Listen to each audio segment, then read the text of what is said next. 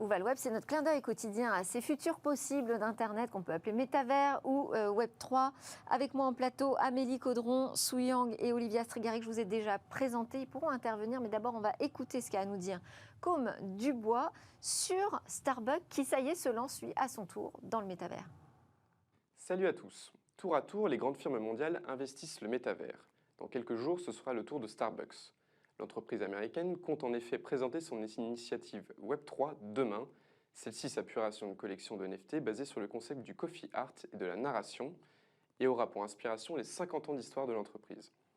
La firme a déjà annoncé en mai que ces NFT ne serviraient pas seulement d'objets de collection numérique, mais donneraient aussi à leurs propriétaires un accès à du contenu exclusif et d'autres avantages. Cette décision est motivée par la volonté de l'entreprise de se rapprocher d'une clientèle de plus en plus jeune, dont la plupart sont des enfants du numérique, comme l'explique Howard Schultz, le directeur général de l'entreprise.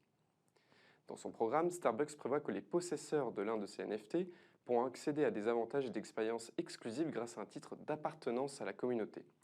Starbucks souhaiterait aussi inclure des récompenses en lien avec le Web3 à son actuel programme de fidélité Starbucks Rewards. Celui-ci permet déjà à la clientèle d'obtenir un certain nombre de récompenses en échange de leurs achats. Par exemple, lorsqu'ils dépensent 1 euro, les membres du programme remportent des étoiles. Ces étoiles permettent ensuite aux clients de bénéficier d'une boisson gratuitement. En ce qui concerne le programme Web3, aucun exemple concret n'a encore été dévoilé. Sur le plan technique, les NFT seront probablement soutenus par des infrastructures multi-chaînes ou indépendantes. Le choix final sera donc dévoilé demain lors du Investors Day de Starbucks, qui se tiendra à Seattle. Alors, quand est-ce qu'on aura Bercy dans le métavers Su Yang, ça vous évoque quoi le métavers? D'abord, vous avez vu dans mon expérience un passage chez Ubisoft, qui est donc une entreprise du secteur jeux vidéo. Métavers, finalement, pour moi, n'est pas une notion vraiment très nouvelle. Il y a beaucoup de caractéristiques qui ressemblent à des choses qui sont développées dans le secteur du jeu vidéo.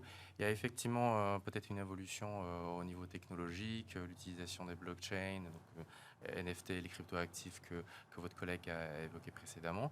Mais au fond, quand on y creuse, je pense que la vraie question à se poser, c'est quels sont les vrais cas d'usage, qu'est-ce qu'on peut faire avec. Peut-être le métavers peut servir pour les campagnes de recrutement, que sais-je, donc à voir ce qu'on peut en faire. Oui. Merci à tous, merci chers invités. Autour de cette table, Amélie Caudron donc d'Invoxia, Su Yang à la direction générale des finances publiques et Olivia Strigari des informels. C'était Smart Tech, votre émission sur le numérique. Vous pouvez nous suivre en podcast, en replay ou sur Bismart tous les jours dès 11h le matin. On se retrouve évidemment dès demain.